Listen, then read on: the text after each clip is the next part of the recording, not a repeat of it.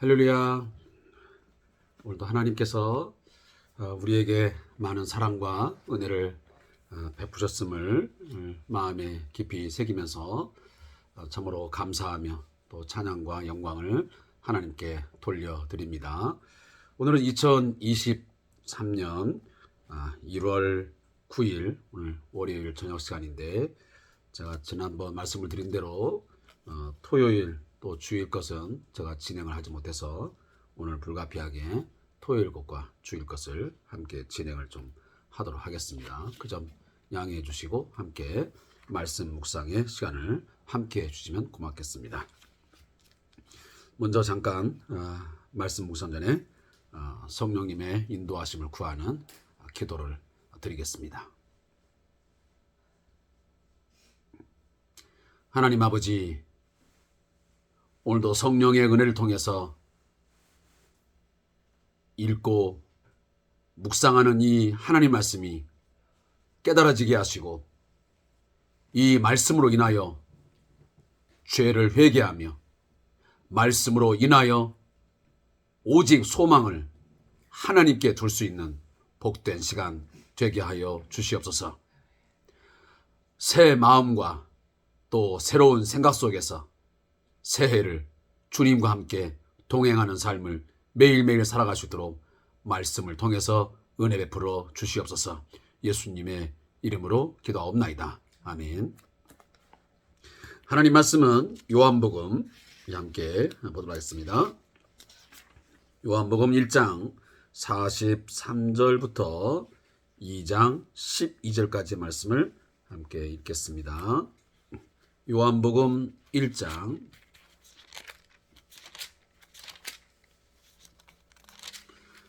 43절부터 2장 12절까지 말씀을 함께 읽겠습니다.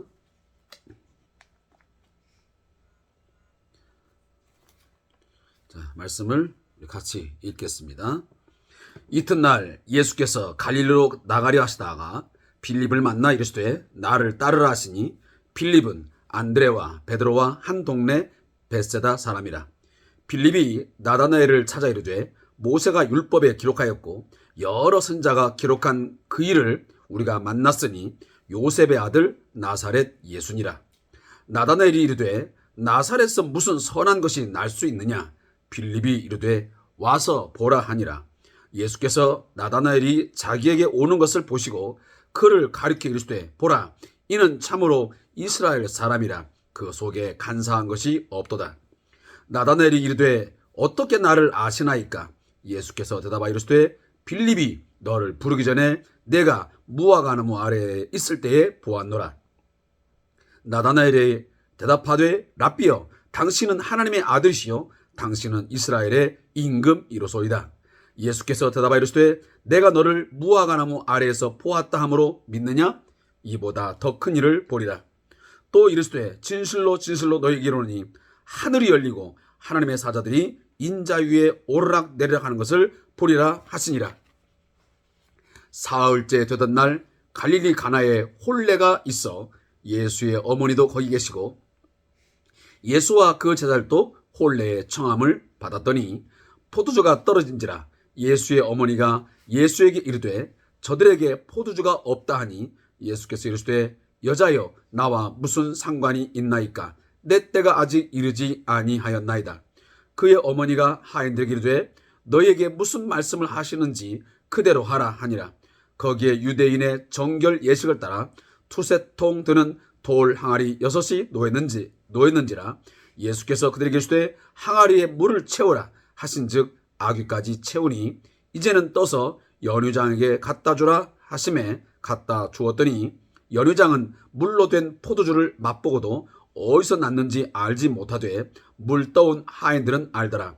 연유장이 신랑을 불러 말하되 사람마다 먼저 좋은 포도주를 내고 취한 후에 낮은 것을 내거늘 그대는 지금까지 좋은 포도주를 두었도다 하니라. 예수께서 이 첫 표적을 갈릴리 가나에서 행하여 그의 영광을 나타내심에 제자들이 그를 믿으니라. 아멘.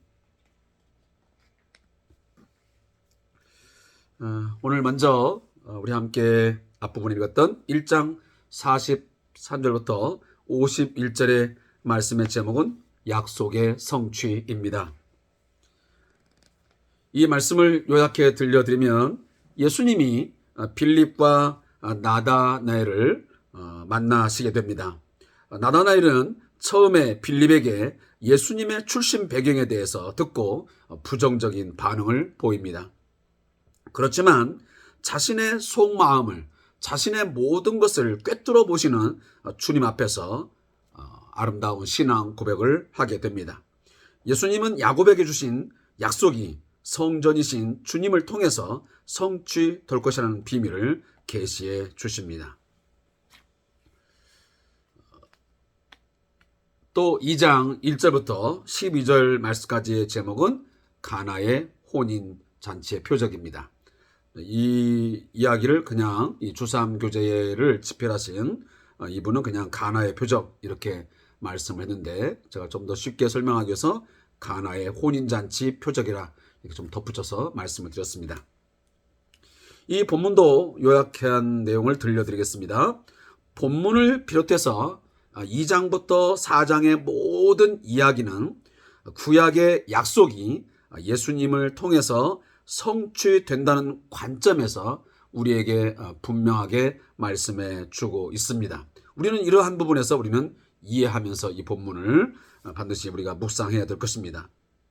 예수님께서 가나의 혼인잔치에 초대를 받으셨습니다. 그런데 포도주가 떨어졌고 주님은 기적적인 방법으로 물을 포도주로 바꾸시게 됩니다. 이 표적은 예수님을 통해 새로운 시대, 곧 메시아 시대가 도래했음을, 또 도래할 것임을 상징적으로 보여주십니다. 이것이 제가 오늘 함께 묵상할 하나님의 말씀의 대략적인 내용입니다.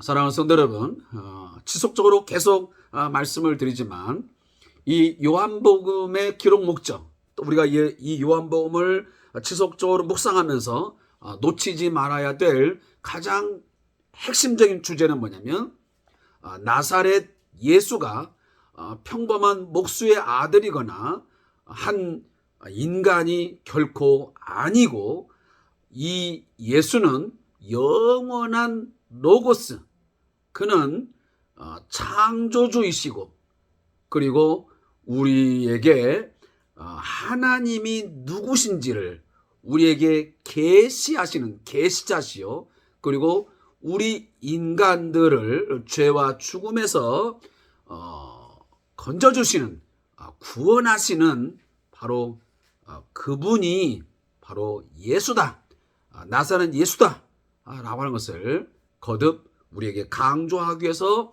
이 말씀이 기록되었습니다. 사랑하는 성도 여러분, 오늘 이 말씀의 묵상을 리더해가는 저 자신과 우리 모두가 이 밤에도 함께 고백할 수 있어야 됩니다. 예수는 단순한 인간 선생이 아니고 도덕가가 아닌, 그는 우리의 창조주이시며, 그리고 예수는 하나님이시면서 그의 모든 것을 우리에게 알게 하시는 계시자시요, 그리고 우리를 모든 죄와 죽음과 악에서, 우리의 고난에서 인간들을 구원하시는 메시아, 구원자이심을 분명히 믿어야 될 것입니다.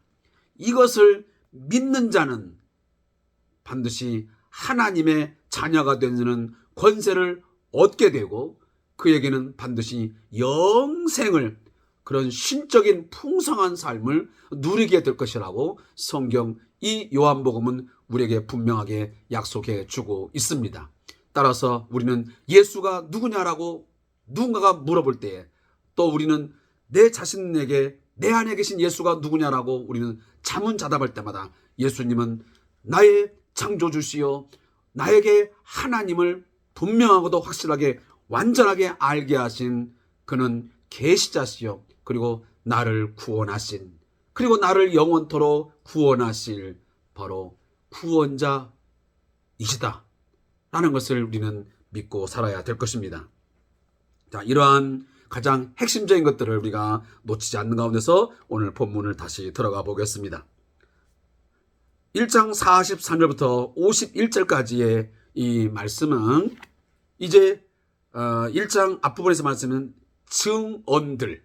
자, 예수가 하나님의 아들로서 진정한 메시아이심을 증언해주는 그 증언들이 오늘 마지막 기록되고 있습니다. 그 증언자로서 오늘 본문 보면 바로 이 빌립과 나다나엘이 등장을 하게 됩니다. 우리가 앞부분에서는 세례 요한이 등장하고 또 이러한 인물들이 등장하지만 오늘 본문에서는 바로 이 빌립을 통해서 또 빌립의 전도를 받은 바로 이 나다나엘의 이 신앙 고백을 통해서 예수가 분명 하나님의 아들로서 그는 메시아이시며 그리고 모든 하나님의 백성들의 왕, 임금 되심을 우리에게 다시 한번 말씀해 주고 있습니다. 43절을 보겠습니다. 이튿날 예수께서 갈릴리로 나가려 하시다가 빌립을 만나 이르시되 나를 따르라 하시겠습니다. 자, 예수님이 오늘 갈릴리로 나가려 하시다가 빌립을 만나게 됩니다. 그러면서 예수님이 하시는 말씀이 나를 따르라라고 말씀입니다. 자, 여기 줬다, 따르다 이런 단어들은 전부 다 우리가 신약 성경을 볼 때 특히나 이 제자도의 핵심적인 단어입니다. 나를 따르라, 예수를 줬다 이런 것들은 예수님에게 자신의 모든 삶을 전적으로 다 맡기고 그가 생명의 주이시고 그가 모든 것 되심을 인정하는 자들이 그를 따를 때에 쓰여지는 표현입니다. 예수의 제자로서의 그 길을 가는 자들을 결국은 이 좇는 자들, 따르는 자들이라고 표현할 수 있게 되는 것입니다. 그래서 예수님은 예수님의 제자됨, 예수님의 인격과 그의 삶을 따르기를 원하고 또 따르도록 부르신 자에게는 반드시 나를 좇으라, 나를 따르라 이렇게 말씀하시고 또 성경은 예수를 좇았다, 예수를 따랐다 이렇게 설명을 하고 있는 것입니다. 사랑하는 성도 여러분, 우리도 예수를 만남으로 내가 예수를 만난 게 아니고 예수님이 나를 만나 주심을 통해서 우리가 예수님께로부터 나를 따르라 라고 하는 영적인 메시지를 들고 예수를 따르게 된 것입니다. 사랑하는 성도 여러분, 그런 부분에서 오늘 예수가 빌립을 만나고 그 빌립에게 따르라고 말씀하신 것은 오늘 우리의 신앙생활의 패턴과 상당히 닮은 점이 있습니다. 사랑하는 성도 여러분, 예수님께서 나를 먼저 만나 주심으로 나에게 나를 따르라고 하고 나를 초청해 주시고 나를 영접해 주셔서 나를 받아주셔서 오늘 예수의 제자, 예수의 사람으로 삼아 주심에 대해서 감사하는 귀한 밤 되시기를 소원합니다. 그러면서 이제 예수님이 이제 이 빌립을 만나서 빌립을 부르게 되죠. 그런데 이 빌립이 오늘 어떤 또 과정을 겪겠냐면 나다나엘을 찾아가게 됩니다. 자, 이런 패턴들이 뭔가 좀 비슷한 것 같지 않습니까? 예수님이 빌립을 찾아 만나는 것처럼 빌립도 나다나엘을 찾아서 만나게 됩니다. 자, 우리가 전도를 해야 되는 이유, 또 전도를 하는 방법, 이런 부분들에 있어서는 누군가가 찾아오기 때문에 만나고 또 그에게 말씀을 전하는 게 아니고 먼저 오늘 예수님이 우리를 찾아 만나 주신 것처럼 우리도 그들을 찾아 만나서 그들에게 예수의 주되심을 증거하는 것입니다. 따라서 빌립이 오늘 나다나엘을 찾아서 이렇게 말씀합니다. 모세가 율법에 기록하였고 여러 선자가 기록한 그 일을, 그이가 누구였습니까? 바로 메시아입니다. 구원자이십니다. 그 메시아, 그 구원자가 모세의 율법 속에 그리고 많은 선자의 글에 기록되어 있는데 내가 그분을 내가 만났다. 근데 그 만난 사람이 누구냐라고 구체적으로 말합니다. 요셉의 아들 나사렛 예수라는 것입니다. 아주 구체적으로 지명을 하고 지목해주고 있습니다. 두리뭉실하게 말씀하지 않았습니다. 내가 만난 그 나사렛 예수가 분명 모세의 글, 선자들의 글에서 기록된 바로 그 메시아이시다라는 것입니다. 그때 나다나엘의 반응이 매우 부정적입니다. 뭐라고 말하면 빌립이요, 어떻게 나사렛에서 무슨 선한 것이 날 수 있습니까? 이 이야기가 왜 이렇게 날 수밖에 없냐면, 왜 이 빌립의 이야기를 들은 나다나엘이 냉소적인 반응을 보였느냐 하는 것은 당시의 유대인들의 인식을 우리가 알게 되면 충분히 깨닫게 됩니다. 그건 뭐냐면, 당시에 이 나사렛이라는 동네는 촌동네입니다. 특별한 걸출한 인물도 난 적도 없고 별로 알려지지 않은 그런 촌이기 때문에, 그런 요즘 말로 말하면 그런 촌구석에서, 그런 지방의 저 촌에서 무슨 하나님의 아들 그리고 구원자가 되시는 메시아가 그 다윗 왕국을, 다윗의 왕권을 다시 회복하고 그 이스라엘을 재건할 수 있는 그런 왕이 어떻게 거기 나올 수 있겠냐는 거예요. 요즘으로 말하면 그래도 최소한 수도권 대학, 수도권 출신이 나와야지. 저 어디, 제가 구체적으로 좀 말씀을 드리기는 어렵지만 하여튼 우리나라 무슨도 저 끝에 그 촌에서 나온다 하면, 뭐 요즘에 특히나 개천에서 욕 나온다는 말이 안 통하잖아요. 마찬가지로 아마 그런 전통적인 의식이 굉장히 강했던 것 같습니다. 그래도 메시아이면, 하나님께서 보내시는 메시아이면 예루살렘이나 이런 큰 뭔가 그런 곳에서 나와야지. 어떻게 나사렛에서 나올 수 있냐? 쉽게 납득할 수 없던 거예요. 그러니까 오늘 이 나다나엘이 말해요. 어떻게 나사렛에서 그런 선한 것이 날 수 있느냐? 그랬더니 이 빌립이 나다나엘에게 말합니다. 와서 보라. 자, 이 이야기는 굉장히 많이 자주 접한 용어 아닙니까? 예수님도 와서 보라고 말씀하시고, 그리고 세례 요한도 와서 보라고 하는 이런 메시지를, 보라는 메시지를 주로 많이 던집니다. 어떤 특정한 아주 핵심적인 내용들을 말할 때, 또 그런 것들을 보여줄 때마다 반드시 와서 보라고, 집중하라고 말씀하십니다. 그때에 예수께서 나다나엘을 오늘 이제 다시 만나게 되는데, 그 나다나엘을 보면서 예수님이 한 첫마디가 뭐냐면, 보라, 이는 참으로 이스라엘 사람이라 그 속에 간사한 것이 없도다 그랬습니다. 자, 예수님의 말씀이 그냥 여러분 쉽게 들리십니까? 아닙니다. 여기 이는 참으로 이스라엘 사람이라 그 속에 간사한 것이 없도다. 이 말이 무슨 말이냐면, 여기 지금 참으로 이스라엘 사람, 여기 이스라엘 사람이라는 말은 혈통적으로 이스라엘 사람이라는 말이 아닙니다. 이 속에는 영적인 의미가 담겨져 있습니다. 하나님의 백성이라는 것입니다. 새롭게 만들어진 그 하나님의 백성, 그 백성의 어떤 롤모델, 참된 모습이 바로 나다나엘 안에 있다라고 예수님이 오늘 진단하고 평가했던 것입니다. 그래서 그 속에 간사한 것이 없다고 합니다. 하나님의 백성들 안에는 간사한 것이 없는 그런 거라는 거예요.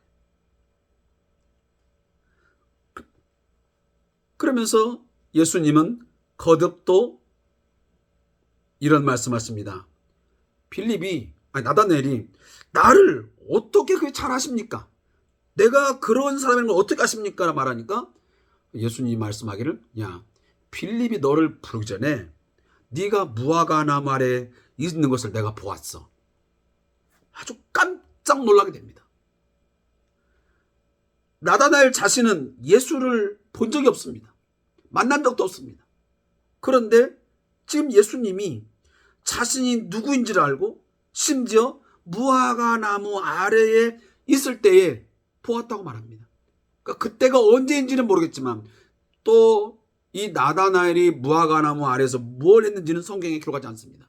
거기서 무슨 성경을 묵상했는지 아니면 뭐 어떤 농사 일을 했는지 어떤 일을 하지 않지만 어쨌든 간에 보지도 않았는데 예수님이 이 나다나엘의 모든 속과 겉을, 그의 모든 안과 밖을 다 아시는 걸 보고 그는 깜짝 놀라면서 매우 중요한 고백을 남기게 됩니다. 우리가 반드시 가져야 할 신앙 고백, 하나님의 백성들이 반드시 가져야 할, 참 이스라엘 백성들이 가져야 할 고백이 뭐냐?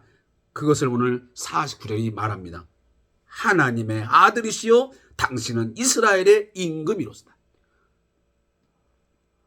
우리가 끝까지 또 지금 매일처럼 우리가 묵상하고 고백하는 거냐면, 예수는 하나님의 아들이시요 예수는 하나님의 백성의 왕이시다.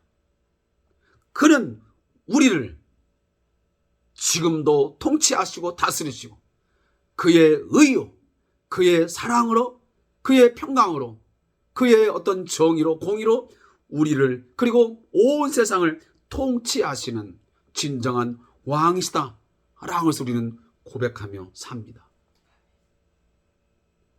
돈이 우리의 왕이 아니고요, 새롭게 만들어지는 예수 안에서 새롭게 창조되는 새 백성, 이스라엘 백성, 하나님 백성의 진정한 왕은 돈도 아니요, 사람도 아니요, 인간 어떤 대통령, 어떤 권력자가 아닌, 어떤 거짓된 신이 아닌,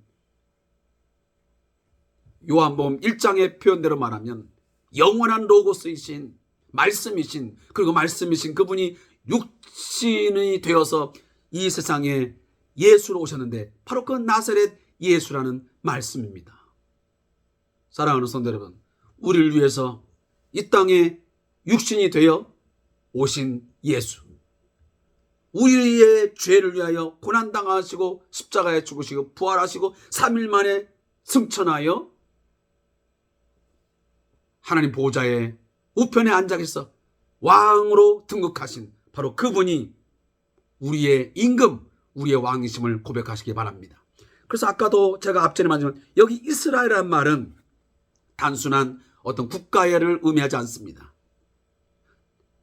한 국가를 말하는 그 이스라엘이라는 말 속에는 바로 영적 이스라엘을 의미하고 있습니다. 새롭게 조성된, 새롭게 만들어진 바로 하나님의 백성들을 의미하는 것입니다. 자, 그리고 이제 좀 빨리만 이거 한 가지만 설명하고 지나가겠습니다. 51절에 보면, 자, 예수님이 지금 나다나엘에게 네가 무화과 나무 아래에 있다는 것을 보았으므로 네가 나를 믿느냐? 또 이거 그렇게 깜짝 놀라 믿고 있느냐? 더 큰 일을 볼 것이다. 그러면 어떤 일이 볼 것이냐? 하늘이 열리고 하나님의 사자들이 인자 위에 오르락 내리라는 것을 보라. 자, 이게 지금 어떤 영상을 여러분들에게 떠올리게 하냐면 바로 야곱의 이야기입니다. 창세기 28장에 나오는 그가 이제 그 베델의 약속을 받는 그런 장소가 나오지 않습니까? 거기에 나오는 선구절이에요. 여기 하늘이 열린다는 것은 뭐냐면 하나님께서 이 인간 세상에게 뭔가를 계시해 주는, 알려주시는 것이 이제 가능하게 됐다. 가능하게 됐다는 거죠. 그러면서 그 오르락 내리락 한다는 것은 뭐냐면 하나님께서 보내신 이 예수를 통해서 하나님의 존재가, 하나님의 일하심들이 열리고, 다시 하면 알려지게 되고, 그리고 오르락 내려간다는 것은 이제 완전하게 예수님을 통해서 그 하나님의 것들이 다 알게 되준다. 완전하게 알준다. 그런 이야기를 오늘 본문을 이야기하고 있습니다. 제가 이 이야기는 제가 뭐 짧은 시간 동안 설명할 수 없어서 좀 굉장히 어설프게 이 야곱의 스토리가 좀 이야기되는데, 나중에 좀 기회가 되면 이 이야기는 좀 더 구체적으로 하겠습니다. 자, 이 2장 1절부터 12절에 나오는 이 가나의 혼인잔치, 우리가 이 이야기를 사실 우리 한국교회의 설교 가운데서 많이 오해가 되는 그런 부분들이 굉장히 많습니다. 그러나 이 가나의 혼인잔치 이야기는 단순히 물로 포도주를 만들었다, 예수님이 참 놀라운 분이다, 이런 이야기를 하기 위해서 쓰여진 책이 결코 아닙니다. 요한복음에 보면 7가지의 표적이 있습니다. 여러분, 7가지의 가나 혼인잔치, 그다음에 고관의 아들 치유, 베데스다 못에서 38년 된 병자의 고침, 또 5,000명 먹이심, 무리를 걸어가심, 소경을 치유하는 것, 나사로가 다시 부활하는 것, 이런 7가지의 표적들이 이 요한복음에 나옵니다. 그래서 7가지라는 말이, 7은 항상 완전수를 말해요. 그래서 표적은 뭐냐면 사인이에요. 사인. 다시 하면 예수가 하나님의 아들이다, 예수가 이 세상에 생명을 가져다 주는 분이시다, 우리의 영생, 우리에게 영원한 생명을 가져다 주시는 유일한 구원자가 되시다, 생명의 주이시다 라고 하는 것을 하나의 사인, 보여주시는 그런 사건들이 7개가 나옵니다. 그러니까 이것은 완전하다는 거예요. 완전. 자, 그 이야기 중에 첫 번째가 바로 이 혼인잔치에 물이 포도주 되는 사건입니다. 이것은 너무 신비한, 이것은 정말 많은 생각을 해야만 이 핵심 주제를 잡을 수 있습니다. 특히나 2장부터 4장까지 나오는 이 모든 이야기들의 핵심은 뭐냐면 옛것, 그 옛것을 대체하는 새로운 것, 새 것이 뭔가 등장했음을 분명히 말씀해 주십니다. 하지만 옛것들이 불완전하고 온전하지 못했던 것들을, 뭔가 하지 못했던 것들을, 아니면 뭔가 상징하고 했고 뭔가 그 그림자처럼 보여주고자 했던 것들이 결국은 이 새로운 것을 통해서 완전하게 완성되고 대치됐다는 것을 보여주는 이야기가 이 전부 다 표적의 이야기들입니다. 그러면 지금 여기 나오는 이 혼인잔치는 무엇을 의미하냐면, 여러분 잘 아는 대로 이사야 25장이나 요한계시록 19장을 보면 하나님께서는 예수님을 통해서 이루어지는 그 메시아의 나라, 하나님의 나라의 그 풍성함을 여러 가지 사건들이 있지만 특히나 이 혼인잔치로 비유를 합니다. 여러분, 세상에 많은 잔치가 있지만 그 잔치 가운데 가장 기쁘고 모든 사람의 마음을 설레게 하고 그리고 가장 풍성한 그런 잔치가 있다면 혼인잔치를 빼놓을 수가 없습니다. 특히나 당시에, 예수님 당시에 이 결혼잔치는 일주일가량 이루어졌습니다. 모든 사람들이 함께 모여서 최고의 축제를 열고 함께 참여하여 먹고 마시며 최고의 기쁨을, 영광을 함께 나누었던 것이 바로 이 혼인잔치였습니다. 혼례식이었습니다. 그래서 예수님은 일부러 이 가나 혼인잔치를 통해서 자신을 통하여 이 메시아의 나라, 하나님의 나라가 와서 그 하나님께서 주시는 이 놀라운 정말 풍성한 은혜의 삶, 정말 축복의 삶이 가능하게 됐다라는 것을 오늘 예수님이 시위하는 겁니다. 뭔가 사인 보여주는 것이죠. 예수님 자신을 통해서 과거의 것들이 불완전하고 하지 못했던 것들을 이제 자신의 그 십자가의 죽으심과 부활, 그리고 그의 어떤 사역들을 통해서 이제 새로운 나라, 새로운 것들이 이루어지게 되었음을 말씀하고 있는 것입니다.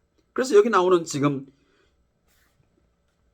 6절에 보니까 유대인의 정결 예식을 따라 두세 통 드는 돌 항아리 6이 놓여 있는 것입니다. 여기 지금 유대인의 정결 예식, 그리고 돌 항아리 6, 이런 말들은 전부 다 지금 유대교를 의미합니다. 특히나 이 6이라고 하는 단어는 불완전수입니다. 그러니까 유대교 안에서 하는 모든 정결 예식, 우리가 이미 알고 있듯이 유대인들은 제사에 참여하거나 또 어떤 음식을 먹을 때에 돌 항아리에 물을 담아놓고 손과 발을 씻어서 나름대로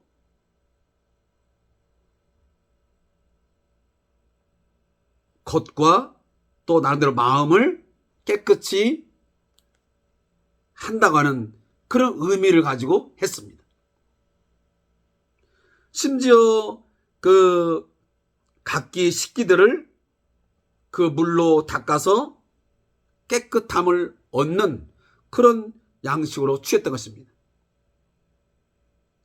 근데 오늘 예수님은 지금 무엇을 이야기하냐면, 지금 유대교에서 물로 그렇게 손과 발을 닦고 식기를 닦고 하는 이런 결례 행위들이 있는데, 이런 그런 의식을 통해서는 결코 진정으로 원했던 회개, 어떤 내적 성결, 내적 정결함 얻을 수 없다. 이건 불완전한 것이다. 그것은 결국 단회적이고, 그렇지 않습니까? 유대인들이 우리가 그 성전에 보면 그 물두멍에서 손을 씻고 이렇게 하잖아요. 자, 그런 것들은 전부 다 자신의 몸을 씻고 뭐 더러움을 씻어서 외적인 정결함, 또 나름대로는 내적 정결함을 표식하는 거죠. 근데 오늘 예수님은 이러한 유대교 안에 있던 의식적인 것들이 결국은 완전하게, 온전하게 내적 성결을 이루지 못한다는 것입니다. 완전하게 우리로 하여금 영원한 성결을 주지 못한다는 것입니다.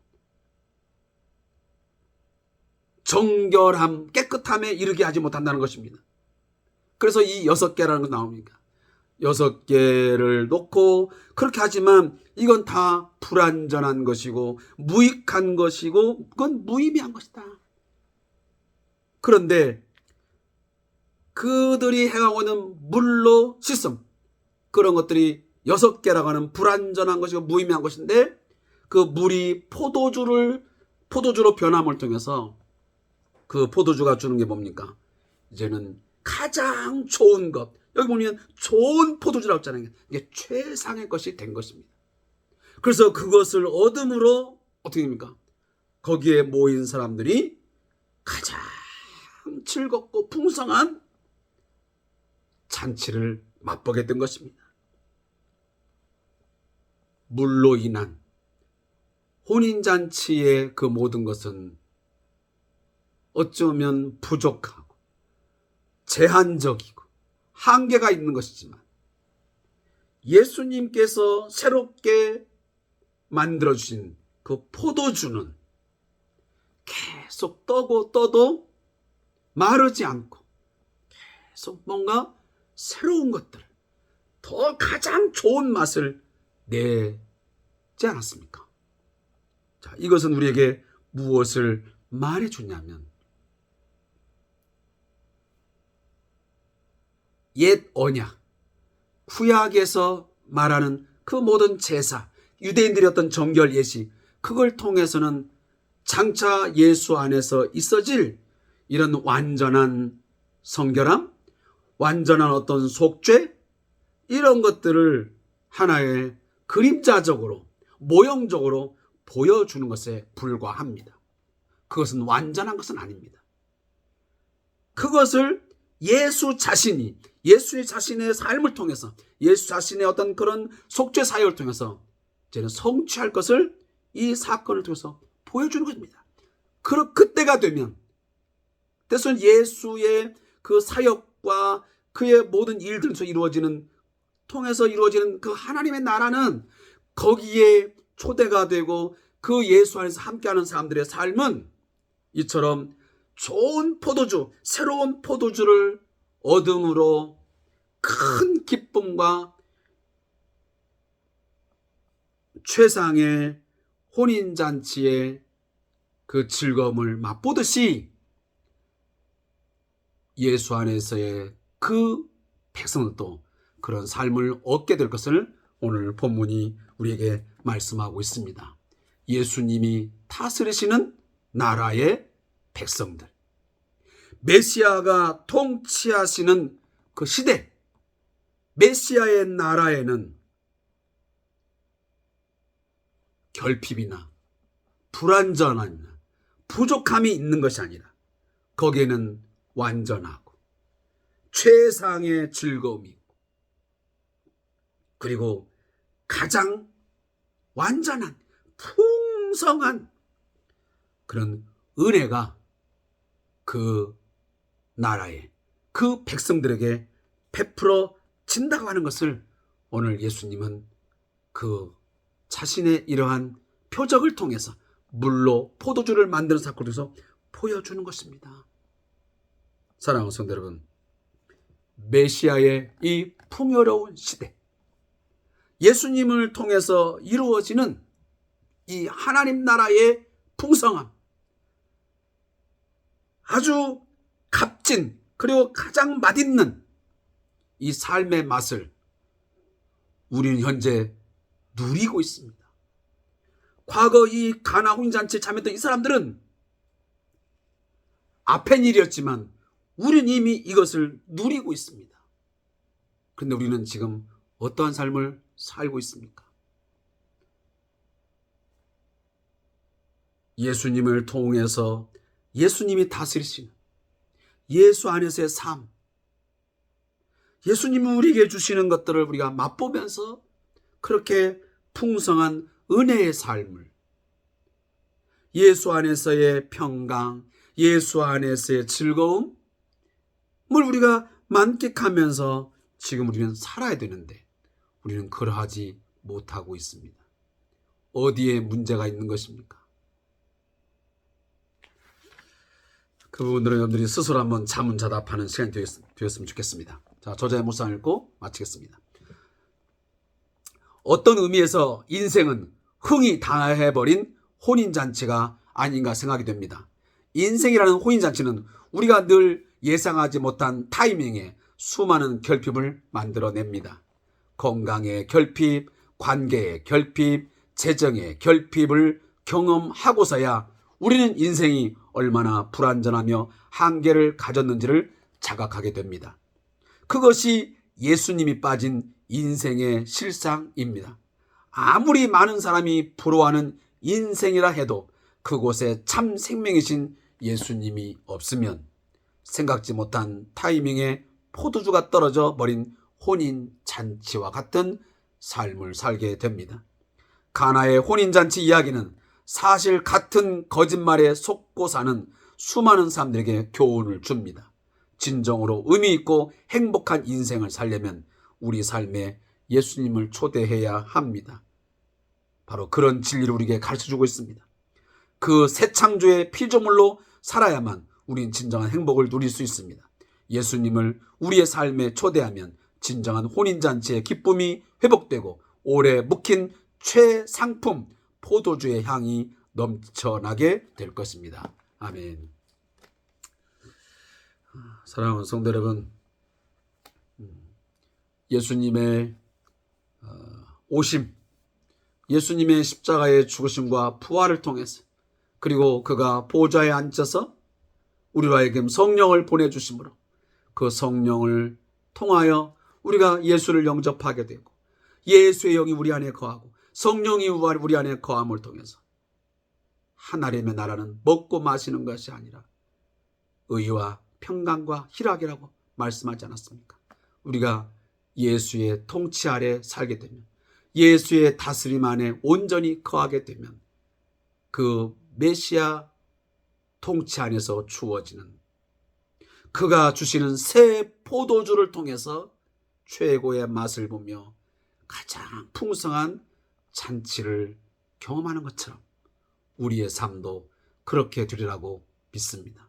현실의 삶은 녹록하지 않고 때론 답답하고 짜증이 나고 신경질 나고 때로는 불안하고 어두운 삶의 상황에 놓일지라도 제가 주일날 말씀을 드렸던 것처럼 오직 우리가 예수님 믿는 믿음 안에 거할 때에, 믿음으로 살아갈 때, 찬송할 수 없는 가운데, 기도할 수 없는 가운데, 예수를 바라볼 수 없는 가운데서 예수를 바라보고 예수 앞에 기도하고 예수 앞에 찬양할 때 그 안에 진정한 기쁨과 진정한 하나님 나라의 풍성함의 은혜가 우리 모두에게 내리워질 것을 믿습니다. 오늘도 말씀과 함께 이 주삼 교제를 통해서 함께 하신 성도에게 여러분 감사의 말씀드리고, 내일도 말씀과 함께 동행하고 주 안에서 행복한 삶을 누리시기를 주님의 이름으로 축복합니다. 감사합니다.